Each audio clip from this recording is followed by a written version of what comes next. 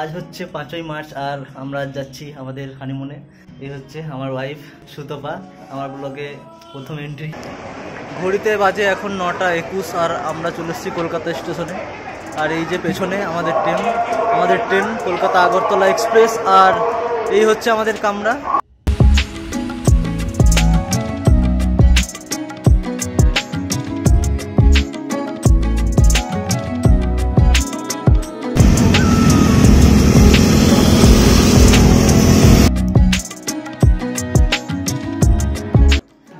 বাজছে 4:22 আর আমরা এখন লাঞ্চ করছি। এইটা হচ্ছে আমাদের হোমস্টে আদিত্য হোটেল।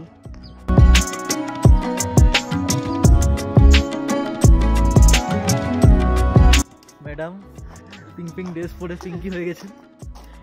আমার পেছনে আপনারা দেখতে পাচ্ছেন এই হচ্ছে আরিটার লেক। আর এই লেকের জন্য এই জায়গাটার নাম হয়েছে আরিটার।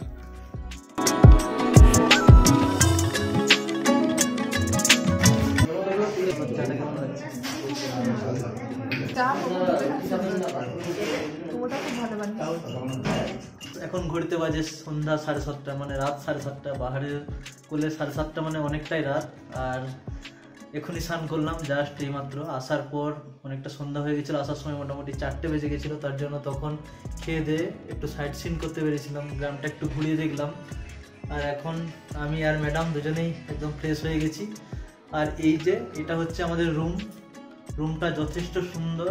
এখান থেকে শুরু করে যতটা পর্দা দেওয়া আছে পুরোটা একদম কাঁচ দেওয়া আছে। বাইরের সিনটা খুব সুন্দর লাগছে। এই হোমস্টের পার হেড প্রাইস হচ্ছে 1000 টাকা। এবার নিয়ে যাবো আপনাদের বাথরুম দেখানোর জন্য, যেটা হচ্ছে পাহাড়ের সব থেকে মেন জিনিস। এটা হচ্ছে বাথরুম, যথেষ্ট বড়। আর দেখুন এখানে কমোড আছে আর উপরে গিজার আছে। গিজারটা খুব তাড়াতাড়ি কুইক কাজ করছে। জানলাগুলো খুলে দিই আর আশেপাশের গ্রামটা দেখুন। এই হচ্ছে সকালবেলায় আরিতার গ্রামের ভিউ, অসাধারণ ভিউ। ওইদিকে দেখুন সূর্য মামা ঝিকঝিক করছে। এটার মানে হচ্ছে খুব ভালো সংবাদ আমাদের জন্য। আকাশ আজ ক্লিয়ার থাকবে আশা করছি। এইটা আছে পাশের রুমের বেলকনি।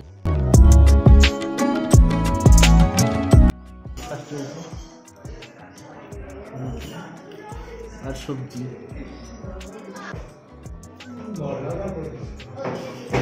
ঘড়িতে বাজে এখন সকাল 10টা। এই হচ্ছে আদিত্য হোমস্টে। আর এখন আমরা রুম ছাড়ছি এবং জুলুকের রাস্তায় রওনা দেবো।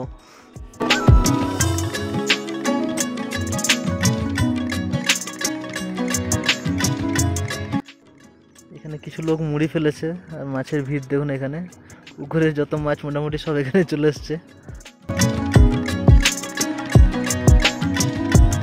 পিছনে যে গাড়িটা দেখছেন এটা হচ্ছে আমাদের গাড়ি। এই গাড়িটা করে আমরা জুলুক যাব আজকে, আর কালকে জুলুক থেকে গ্যাংটক যাব। তো এর রেন্ট হচ্ছে 3500 টাকা করে। 3500 টাকা রেন্ট। আর যে পারমিশন করানোর জন্য 500 টাকা এক্সট্রা।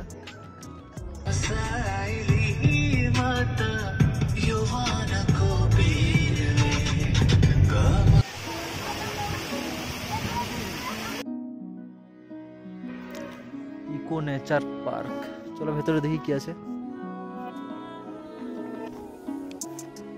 বড় বড় পাইন গাছের জঙ্গল। ঘড়িতে বাজছে এখন দুপুর 2টো আর আকাশ পুরো মেঘলা। আজ সকালে আকাশ ক্লিয়ার ছিল, কিন্তু কিছুক্ষণ আগের থেকে মোটামুটি 12টার সময় থেকে দেখছি আকাশ পুরো একদম মেঘলা হয়ে গেছে। আর আমরা এখন আছি জুলুকে। ম্যাডামকে জিজ্ঞাসা করবো এখানে কেমন ঠান্ডা লাগছে। ঠান্ডা, খুব ঠান্ডা।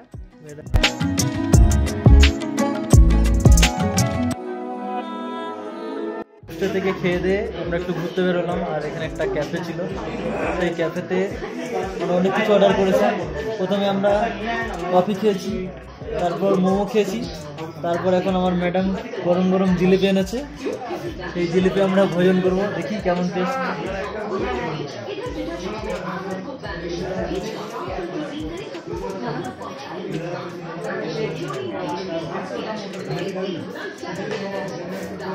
জিলিপিটা মুচমুচে আছে, খেতে বেশ ভালো লাগছে।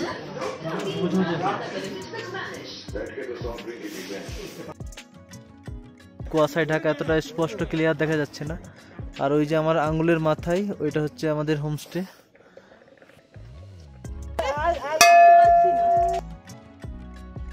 এই হচ্ছে মন্দিরের ভেতরটা।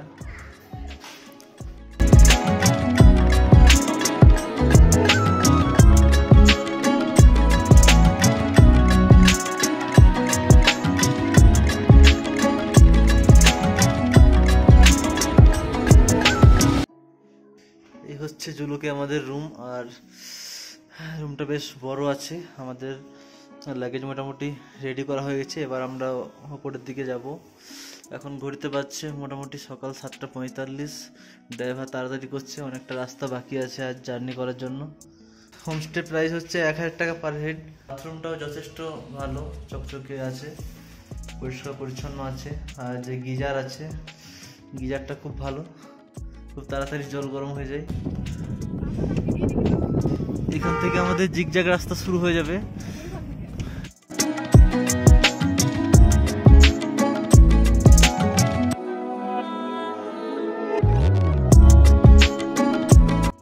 আমরা এখন চলে এসেছি জিগজ্যাগ রাস্তা ভিউ পয়েন্টে। তো এখানে সবাই ছবি তুলছে, এখান থেকে রাস্তাটা খুব সুন্দর লাগছে। আনফর্চুনেটলি এবছর বেশি স্নোফল না হওয়ার কারণে কোনো জায়গাতে স্নো নেই, রাস্তা পুরো ফাঁকা আছে। এইটা হচ্ছে জিগজ্যাগ ওয়ের রাস্তাটা। আবহাওয়া পুরো ক্লাউডি আছে, তার জন্য ভালো স্পষ্ট দেখা যাচ্ছে না। এখানে মিনিট 10 ফটোশ্যুট করার পর আমরা উপরে যাব। থাম্বি ভিউ পয়েন্ট থেকে নাকি এই জিগজ্যাগ ওয়ে আরও ভালোভাবে দেখা যায়। আমরা এখন আছি থাম্বি ভিউ পয়েন্টে। তো এখান থেকে জিগজ্যাগ রাস্তাটা আরও ভালোভাবে দেখা যায়। নিচের ভিউ পয়েন্ট থেকে যেটা দেখলাম তার থেকে আরও সুন্দর। আবহাওয়া খুব একটা ভালো নেই, একটু ক্লাউডি আবহাওয়া আছে, তার জন্য খুব ক্লিয়ার ছবি আসছে না। আর এদিকে আমার ম্যাডাম ছবি তুলছে।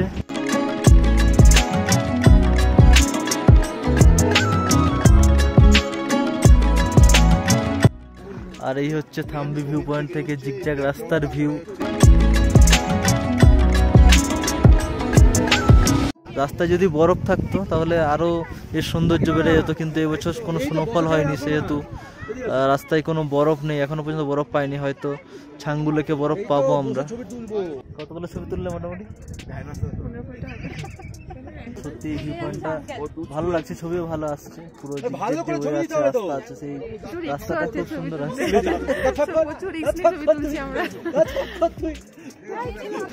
অবশেষে বহু প্রতীক্ষার পর হালকা হালকা বরফ। এই হচ্ছে নাথাং ভ্যালি। এটা মোটামুটি জানুয়ারি ফেব্রুয়ারি মাসে পুরো বরফে ঢাকা থাকে। এই হালকা হালকা বরফ আছে, এখন খুব একটা বরফ নেই। আর কনকনে ঠান্ডা, টেম্পারেচার মোটামুটি মাইনাসের দিকে, -2-3 হবে হয়তো। গাড়িগুলো আমাদের এখানে পার্কিং হয়েছে। আমার ফোনটা ভেঙে দিলে লোকে দেখবে কি করে? বরফে তোমার নাম লিখে দেবো, ঠান্ডা লেগে যাবে, ঠান্ডা লেগে যাবে।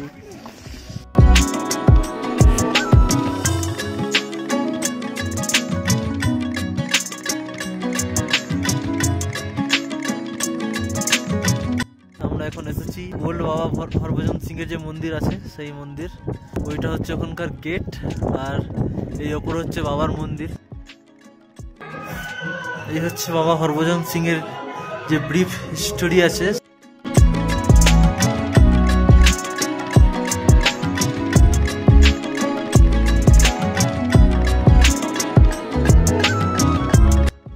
জায়গাটা সত্যি খুব সুন্দর। আর এখানকার পাহাড় এগুলো পুরো কালো কালো, পুরো লাদাখের ফ্লেভার আছে পাহাড়ের মধ্যে। এই রাস্তা দিয়ে আমরা বাবা হরভজন সিং এর যে রুমটা থাকতেন সেই রুমে আসছি। এই হচ্ছে ওনার ইউনিফর্ম, এটা ওনার চেয়ার।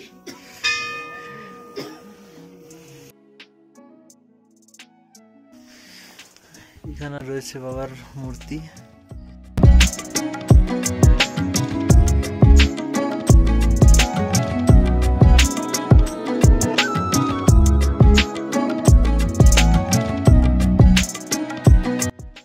এটা হচ্ছে ওনার শোয়ার খাট।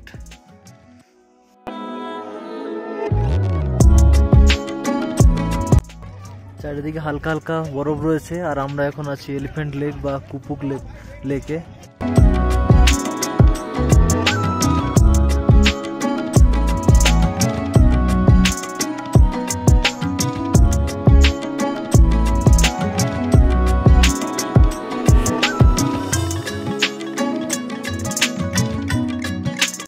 এইটা হচ্ছে নিউ বাবা মন্দির। আমরা এখন নিউ বাবা মন্দির জাস্ট কয়েক মিনিট হলো আমরা এখানে পৌঁছালাম।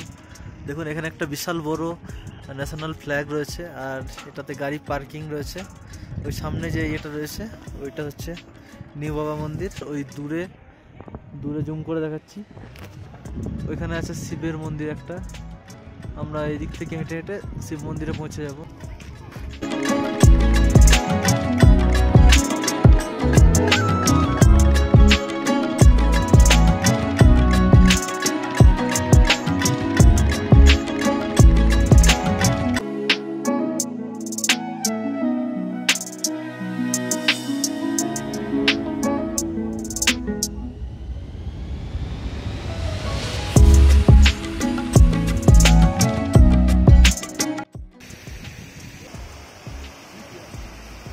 নিজের নাম লিখছে মনে হচ্ছে, আমার নাম বাদ।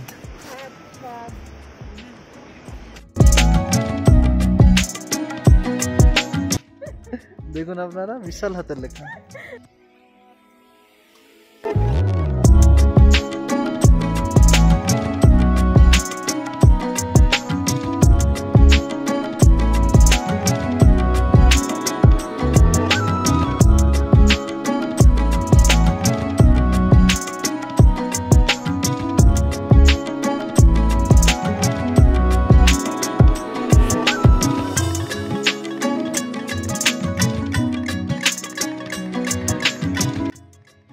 এখন ঘুরতে বাজে 1:35, আর আমরা এইমাত্র ছাঙ্গু লেকে পৌঁছালাম।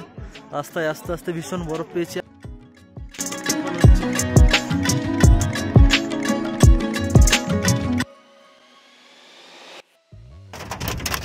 আমাদের গাড়ি এখন ছাঙ্গু লেক ছেড়ে দিল। বিশাল স্নোফল দেখতেই পাচ্ছেন, পুরো রাস্তা স্নোতে একদম জমে গেছে। আমাদের হানিমুনটি পুরো সাকসেস হয়ে গেল। স্নোফল হবে কি না হবে সেটা ভাবছিলাম, পুরো মেঘ একদম কুয়াশায় ঢেকে গেল। স্নোফলে একটাই ভয় যে রাস্তা ব্লক হয়ে যেতে পারে যখন তখন, এটাই ড্রাইভার দাদা আমাদের ভয় পাচ্ছিল, জানি না কি হবে।